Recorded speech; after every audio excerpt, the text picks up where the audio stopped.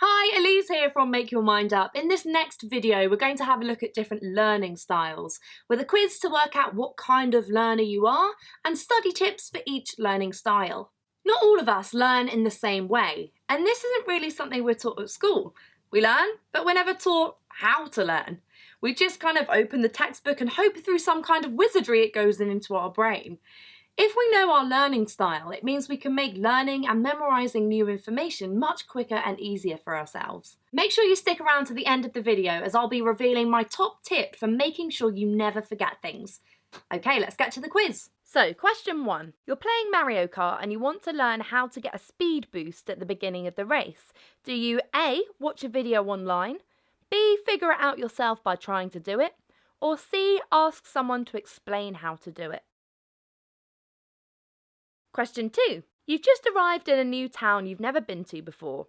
How would you find the local supermarket? A. Find and follow a map. B. Keep walking and figure it out using landmarks to remember where you are. Or C. Ask someone to give you directions. And question number 3. When you're not sure how to spell a word, what are you most likely to do? A. Write it down to see if it looks right. B. Trace the letters in the air, finger spelling. Or C. Spell it out loud to see if it sounds right. Question 4. You make a new friend. How would you remember their phone number? A. Write it down. B. Practice dialing the numbers. Or C. Keep saying the phone number out loud. Question 5. Halfway there. What do you find most distracting when you're trying to study? A. People walking past you. B. An uncomfortable chair. Or C. Loud noises. Question 6. When you meet someone new, what are you most likely to remember about them? A. Their face. B. What you did. Or C. Their name. Question 7.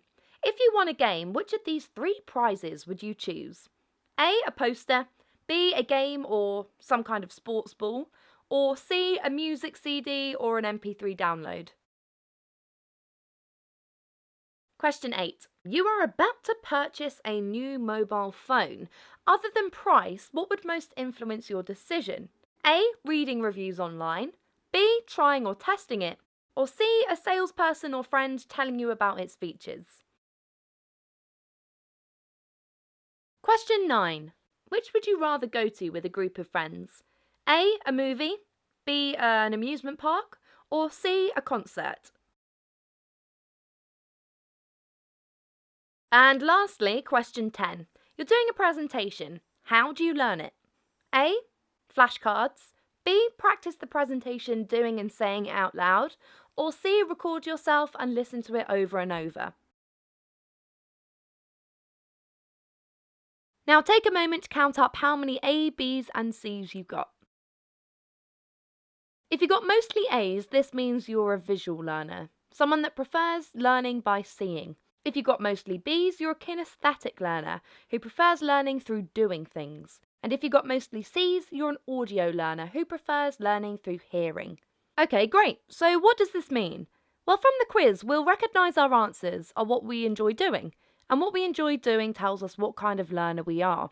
If we're enjoying whilst we're learning, we're playing to our brain's strengths, giving our brain the best chance of success in keeping focused and motivated. So here's some techniques for the 3 learning styles.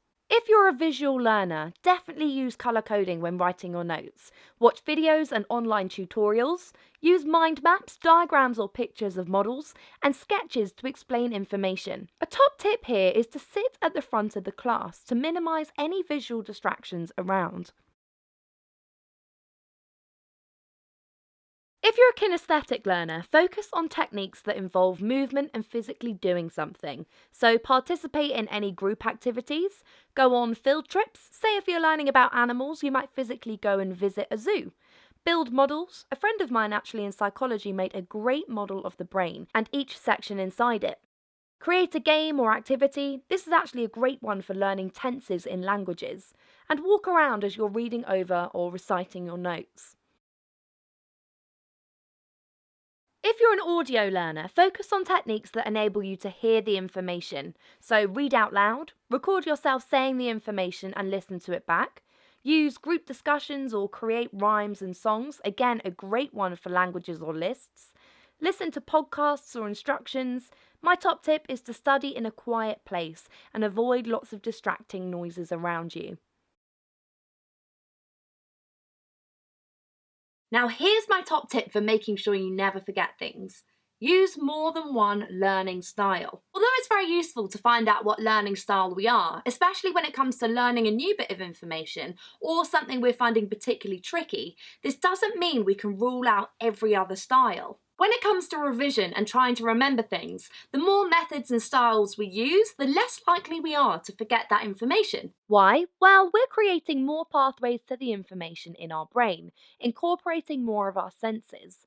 The more of our senses we use to learn information, the better we remember it. If we don't remember the sound, we might remember how it looked, or the model we made, or physically writing it down. I like to think of this as clues. The more clues we have, the better chance we have of finding the treasure. Maybe not a pot of gold, but an essential bit of information we need in an exam. It's important to remember as well that although we may have a learning preference, we might find this varies from subject to subject. We might learn best for biology through making models, or listening to podcasts or videos for Spanish, and drawing mind maps for history. Let me know how you got on in the quiz in the comments below. If you enjoyed the video or found it useful, give it a thumbs up and hit that red button to subscribe. Thanks for watching and see you next week. Coming soon, we'll be launching our Make Your Mind Up portal with lots more exclusive content and an app to help boost mindset and build mental strength wherever you go.